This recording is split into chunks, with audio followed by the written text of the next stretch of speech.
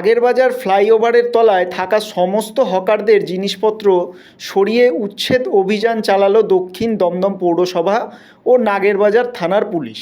মঙ্গলবার সকাল থেকেই বিশাল পুলিশ বাহিনীর উপস্থিতিতে এই হকার উচ্ছেদ অভিযানের নামে দক্ষিণ দমদম পৌরসভা মূলত ফ্লাইওভারের তলায় প্রচুর হকার ব্যবসার জন্য বসেন, যার ফলে যানজট সৃষ্টি হয়। তাই ফ্লাইওভারের তলায় থাকা সমস্ত দোকানপাট বুলডোজারের মাধ্যমে গুঁড়িয়ে দেওয়া হয়। অন্যদিকে হকারদের দাবি, তাদের পুনর্বাস না দিয়ে কোনো রকম উচ্ছেদ করা যাবে না। এটার জন্য দক্ষিণ দমদম পৌরসভার চেয়ারম্যানকে কৈফিয়ত দিতে হবে।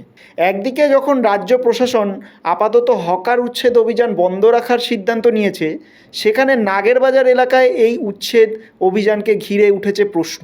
যে আমাদের যে পরিকাঠামো সেটা আমরা তার বিরুদ্ধে ছিলাম, কিন্তু আমরা কোনো পরিকাঠামো রাখিনি। তা সত্ত্বেও আমাদের যে মাটিতে বসে ব্যবসা করছি আমরা, তার জিনিসপত্র ভাঙচুর করে লুটপাটের মতন অবস্থা তৈরি করে এটা চেয়ারম্যানকে জবাব দিতে হবে যে এরকম ভাবে কেন হলো আমাদেরকে না জানিয়ে। গরিব মানুষগুলো তারা কোথায় যাবে? তারা আমাদের পুনর্বাসন না দিয়ে ফুটপাত থেকে উচ্ছেদ করা চলবে না, চলবে না। আমাদের পুনর্বাসন না দিয়ে ফুটপাত উচ্ছেদ করা চলবে না, চলবে না।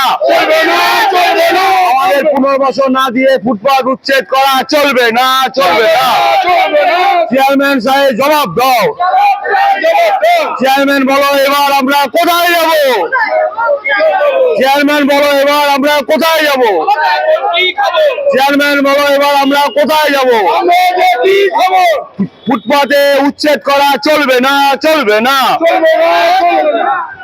ব্যুরো রিপোর্ট, RG সমাচার।